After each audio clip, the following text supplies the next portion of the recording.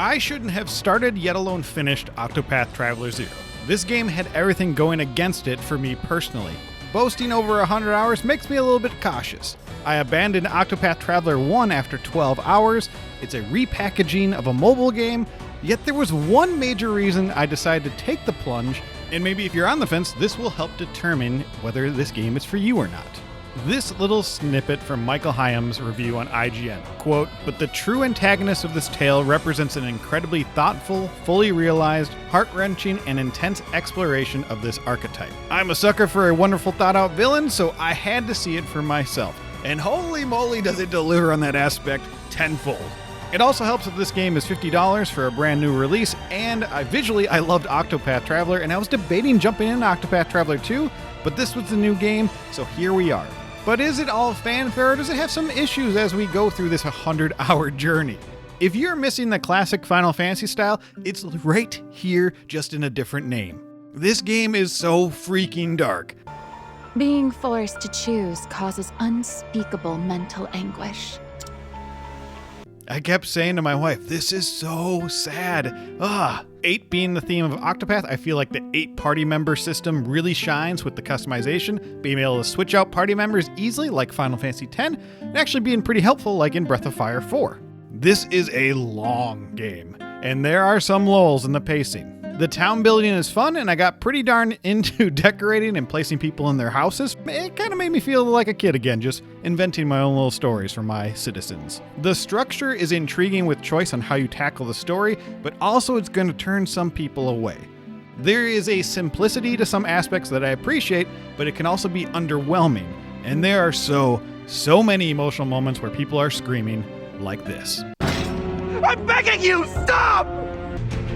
My flame will never die, no matter how many times it is engulfed in darkness! Emotional screaming goes a long way with me. It's a Dragon Ball Z thing, you know? Let me know if you've played this game or any of the other Octopath games down below. Let me know your ranking as well. I would really like to know, is this better than Octopath Traveler 2? And with the structure of this game, would I like Octopath Traveler 2? Let's unpack all this together for someone who's been playing a lot of modern JRPGs lately and been loving it. Let's see if that trend continues here. And most of all, whether a 100-hour JRPG is worth your time. I want to see the outside world. I want to build houses out there and bring smiles to everyone's faces. That's my dream.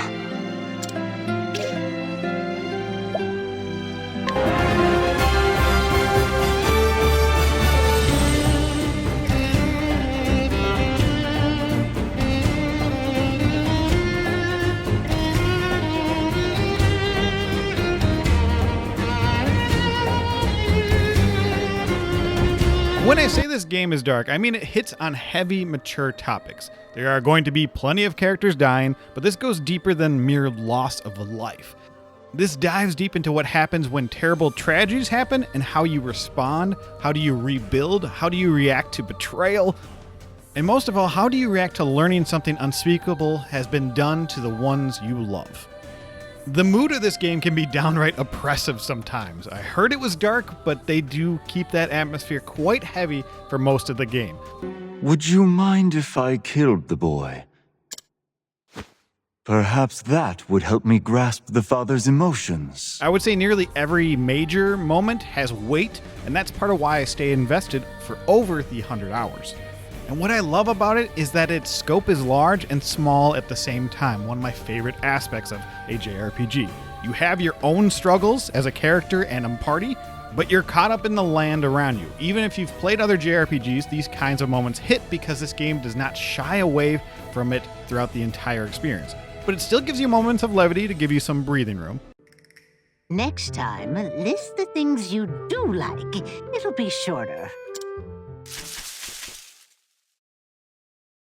No, not another one! It feels earned more so because some of the deeper themes are masked by some villains that are more evil for evil's sake, we'll call it.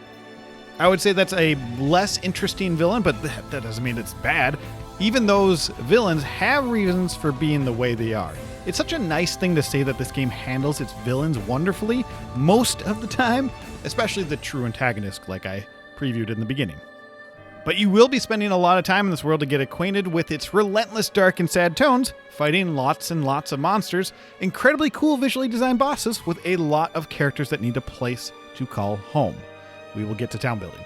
But let's start with the battles. The blue flame is my soul, my guardian!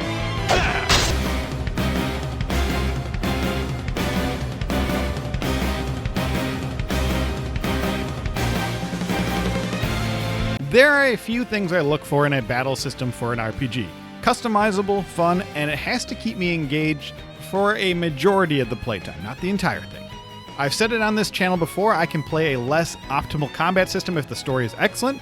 Now, some of this battle system won't be new if you've played Octopath Traveler 1 or 2, but it throws in quite a few differences to make it stand out.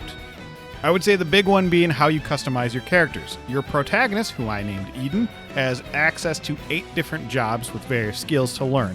Eventually, when you acquire all the skills from a job and the ultimate technique, you can then master skills to have other jobs or characters equip them. All gravy there. What changes is that generally with a system like this, you would have all your characters swapping jobs, but it's limited to only the protagonist. This is where the balance of classic Final Fantasy meets with, we'll say, PlayStation 1 Final Fantasy. You have a plethora of characters to recruit along the journey, and each of them will have their own weapons they will use that cannot be changed. Each will have their own skills they learn as you collect job points from battling. Also, you can unlock these in any order. I think that's super cool. While there are a decent amount of repeat skills, there are characters with unique skills which you level them up and can then master those skills and put those onto other characters. Each character has 3 slots for equipping attacking abilities and 2 more for passive that can be equipped and changed all throughout the game. So even if your characters that you recruit and get into your party are more limited in scope, and they have their own, we'll call it job classes that they are stuck to, there is still a lot of customization, albeit limited compared to some other games. For example, my boy Fen is equipped with a bow and an axe. Those cannot be changed. There's another character that you can recruit that has bow-centric attacks, a volley attack that does bow damage 5 to 8 times. It's perfect for breaking enemies, so I mastered that skill and put it on Fen for one of his slots. And he still had 2 more to go, plus the passives. Give him a magical skill to help with breaking defenses, and then I have a long list of options to give him for his 3rd slot. For example, there are options to have your front row party members be healed by the back row at the end of each turn. There are moves that are stronger coming out of the back row into the front row, so you can use stat boosting skills to your advantage. There's a lot of different ways to work into a party that covers all your bases. I'll quickly explain how it works if you haven't played an Octopath Traveler game. Each enemy and boss you encounter is weak to a certain set of damage, usually 3 to 5 types. So when my main character attacks with his sword, I started with the fighter class. For most of the game after I mastered everything, I kept him in the mage class because I just love doing some gigantic damage with some magic skills. It just always feels good to me. Each enemy or boss has a shield icon next to him with a number. So let's say it's 5. If I hit him and he's weak to my sword damage, it'll whittle down to 4. And you keep doing that until they hit 0, then they will be stunned, knocking them out of the timeline, and they take extra damage until they recover. You get a nice puzzle-like system trying to figure out what the weakness of each enemy is, and then trying to coordinate your attacks to make sure they break, and you are ready for the next volley of damage you're going to do to take them down to 0 health. Another character, Stia, who is best girl, uses an axe and a dagger. Now you would think having 2 characters with the same type of damage would hinder this setup. You do want to cover more weaknesses because there are a lot of them, 8 weapon types and 6 magic, but you also want to get them stunned as quickly as possible, especially when the bosses start doing bigger moves, or start locking down weaknesses, or completely changing them mid-fight multiple times. So having Fen and Stia both using axes actually can be a benefit. What I love about this is you double up, and you should, even if your characters have the boost mechanic to nullify some of the restraints. Boosting. At the end of each turn, you're awarded 1 BP point, as well as your back row, which also heals. Boosting looks fantastic. Allow me!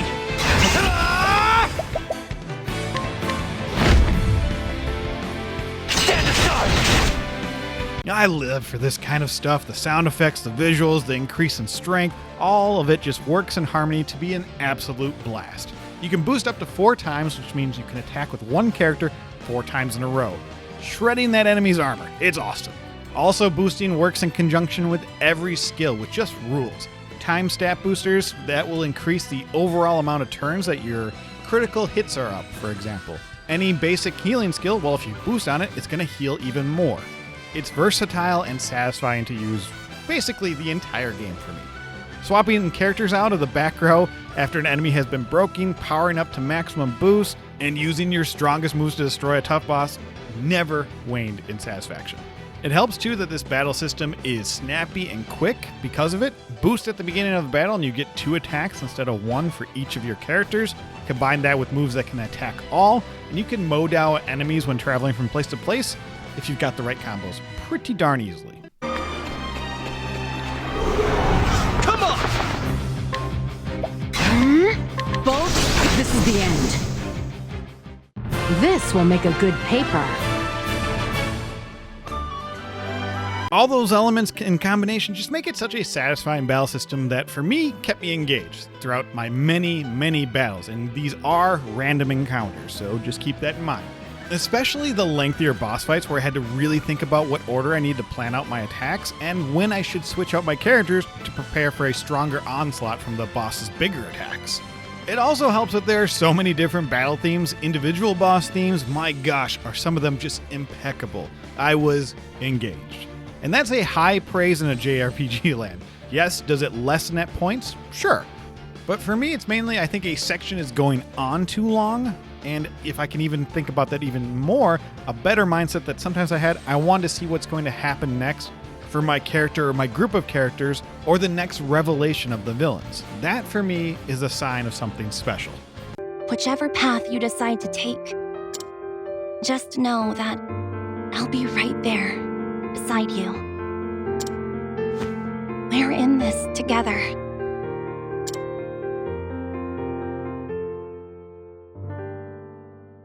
There are over 30 characters to join you in battle. That's a lot. And there are a lot of antagonists to pummel along the way too. What's an interesting choice is that a lot of the story time, or a significant portion of it, is putting a spotlight on the various villains and their motivations.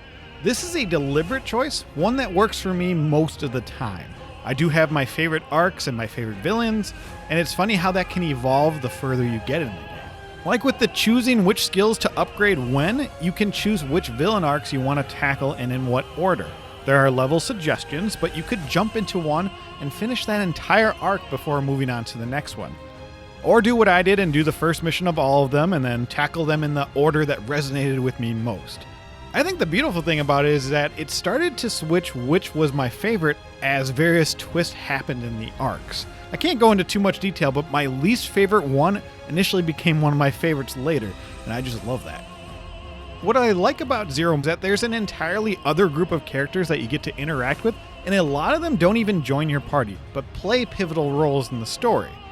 This also gives room for key party members to interact with our silent MC all throughout the game instead of just sectioned off to minor blips in the story. It's a refreshing take coming from the lack of party members interacting with each other in Octopath Traveler 1. It's a big reason why I continue to play this game. There are villain arcs that go on for a bit too long, like I mentioned with the pacing. This is one of those areas. I just wasn't as engaged with their storyline compared to others. Even still, the one that comes to mind when I'm thinking about this has some insanely sad moments that continue to happen. It was almost unrelenting where I'm like, can people just let this stuff happen and not, rebel or whatever? There is a deliberate slowness to a lot of the plot. Not to say that there isn't a lot going on. There's plenty of big events. It's just that it's a long game with a lot of different politics and groups to set up. So there's just a lot going on in general.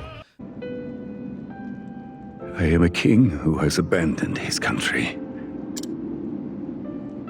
doomed to live on, wretched and alone. I can see some people thinking it's boring. I mean, you hit the 30-hour mark where a lot of RPGs are starting to wrap up, and this one has so much more to go. What may ratchet up that boringness for some people is the simplicity of the dungeon designs. That was one of my complaints in Octopath Traveler 1, which is weird that I didn't really complain about. I didn't have a problem with it in this game. So I'm not sure what the difference was, but most of the areas you're just going to follow a path that branches off 1 or 2 times to find a treasure chest and then find the boss at the end. There's no puzzle solving, anything like that. Not until the end of the game where it kind of blossoms into something completely different. I actually think I know why I might like the simplicity. I got to get to the story quicker, And sometimes if a dungeon mechanics are super long, or I have to keep traveling back and forth to heal myself at the inn, I start to get a little bored. So it's nice that I could get through these dungeons at a quicker pace. But the dungeons later on go away from the simple layouts and start throwing in puzzle elements and a lot of different tiers and exits and entrances, so it gets a little bit more complicated. Honestly, it almost feels like it's an entirely different game and how they end up structuring the dungeons and how the scope of the game changes with the emergence of a new goal. It's incredible to experience, backed up by an incredibly thought out antagonist. And it doesn't go from 0 to 100% overdrive like that. There's still build up, there's still some of the pacing qualms I have in the mid game, but man, is it spectacular, and I was so freaking excited when the change happened. I also incorrectly guessed what was going to happen, so that's always wonderful. I was like, all right, I got this down. I know what's going to happen. I know what the twist is. I was wrong. Knowing you have all these various villains, what about your party members? With such a big cast of characters, there isn't going to be as much character development. There are core members of your team that will constantly chime in as you increase the population of Wishvale, your town that you're building up. There are also little side conversations at the tavern that you can witness, so you can get to see how other party members engage with one another, which is always fun. To me, this kind of feels like a foundation of how they would interact in town if they weren't traveling with you and your party. And for some people, I don't think this will be enough character development for certain characters, but for me, it did the job, and a lot of the characters, it exceeded in it. Because remember, there's still those integral characters to the plot that are outside of your periphery. Just who do you think you are? My mother? Did you pleasure my old man last night, you dirty whore? It just gives you this nice little peek into these characters' lives, some more than others. The silent protagonist, I don't mind these types of characters, but if you have a vehement disapproval to this style, this is not going to switch your opinion on it.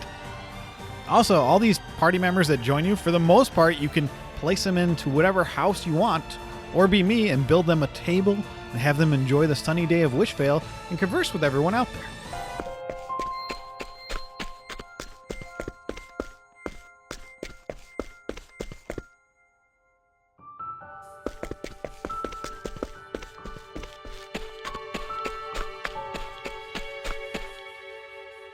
I love when a game tries something new and lets you engage with it as little or as much as you like. The town building is its own separate storyline that you can choose to build up for quality of life items, access to more features, and just a heartfelt story in general. It's not mandatory to finish the game, but it's a huge aspect to the themes of the game, and I would recommend engaging with it. It's like any of the other arcs. You'll see a point on the map, you go there, you do the quest, and you eventually level up your town, which adds more features, types of buildings and decorations, and as well expanding your building area itself. There's this sense of peace to me coming back here to rest to heal your party members, collect the items from various people you recruit. It's more impactful by seeing the changes throughout the game that you as the player create. Some buildings are permanently put in a location, but the rest you work around, clearing debris and building other structures. This isn't a super expansive town builder, but it has enough customization to make it feel like you could make it your own. Like putting a snow patch down beside the church, or a windmill next to your house to give it some flavor, or different types of walkways and building paths. You don't need to do it, but I enjoyed doing it. It kind of gives me these cozy vibes that where I see a lot of people enjoying in other games decorating their homes, it scratched that itch. I usually don't want to play a game all about doing this sort of thing, but having it break up some other aspects of the game for me, it worked.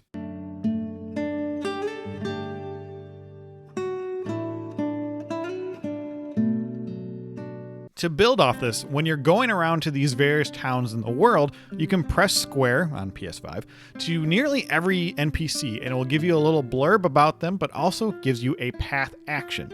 Depending on the NPC, you may convince them to give you gifts by entreating, haggle prices of their wares, recruit them back into your town of Wishvale, recruit them to be summonable in battle for a limited amount of uses. Another aspect of the battle system that's cool and came in handy from time to time because it doesn't take away from your character's turn, so healing and dealing damage, awesome.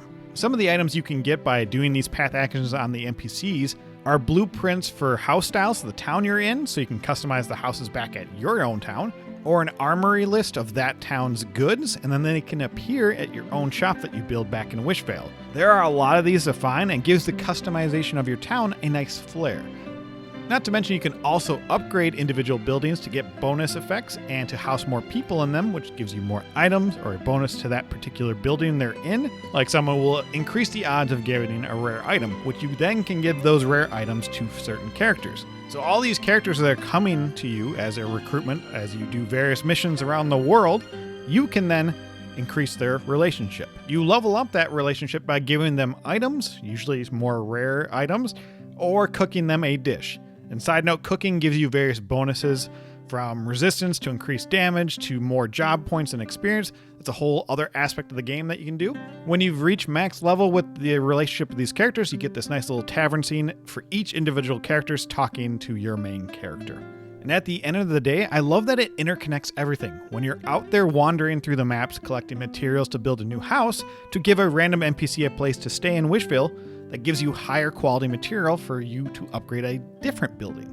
And those NPCs out in the various towns might give you a new recipe to cook for a party member to increase their relationship. And you can just make your town cool looking for when they show it in a panning shot. You're making a home, and you can choose to take care of it, make it something more, a place for you to relax when the sadness of the story intrudes on your mood. It helps that the music is so darn pleasant in town as well.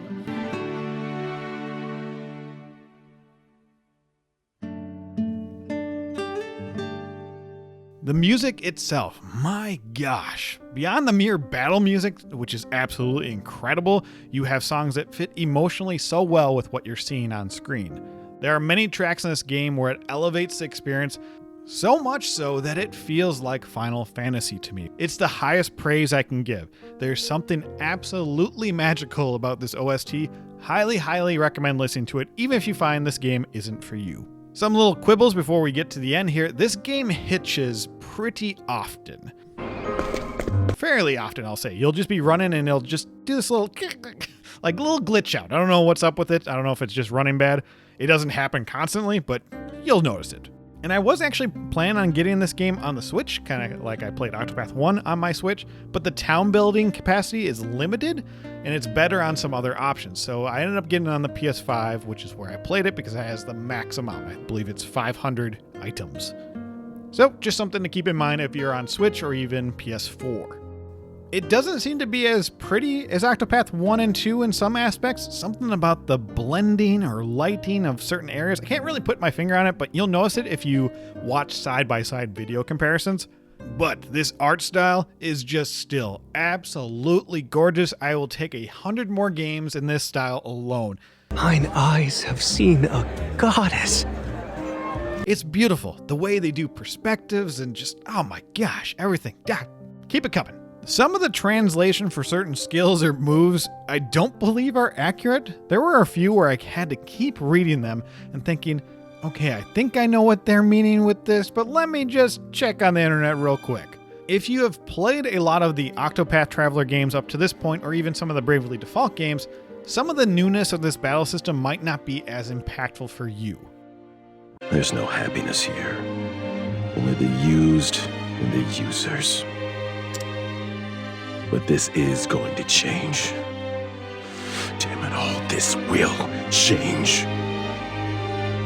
Sometimes a game comes around that you really have no intention of playing and you end up giving it a chance, even if you've dipped your toes in the series before and it just didn't click. There was so much going against me to like this game, but the second I saw this little scene... What was the point of even having to watch? We couldn't save anyone! Which I'd sent to both of my brothers, and I knew right away I was going to like this game. It took me 103 hours and 27 minutes and 14 seconds to reach the ending, and I was so freaking happy with how they handled a lot of the late game revelations, and of course the main villain. There were plenty of fake out endings up to this point, but think of those more as individual seasons or arcs concluding. It took me 107 hours to see the true ending, which may have one of the most epic boss fights I've ever experienced in a JRPG. Oh my gosh. I would have been happy with the previous ending. This feels more supplemental in a great way, but I'm happy with how they concluded this as well. For me, the best way to sum up this game, it feels like I'm playing, or how I felt playing classic Final Fantasy games, here, now, in the present. Last year I finished Trails in the Sky First Chapter Remake and Expedition 33, and I can say with confidence this is among that elite grouping of games. To the point, if I'd finished this in 2025, I'm unsure whether Expedition 33 would still have remained my game of the year. I still need time to gestate on it, but that's the level of emotional resonance this game had on me. From the music, to the battle system, to the deeply sad and emotional story, to the mature themes blossoming toward the end of the game, to a true showdown with one of the best antagonists in JRPGs. I know that's a pretty heavy statement, but even with the long investment, I think this game is worthy of your time. Octopath Traveler 0 is the perfect mix of classic with the quality of life features of the modern landscape. I adore this game, and I can't wait for more people to experience it. Something warm and comfortable. A place that they can call their own. And everyone who lives in those homes always looks so happy.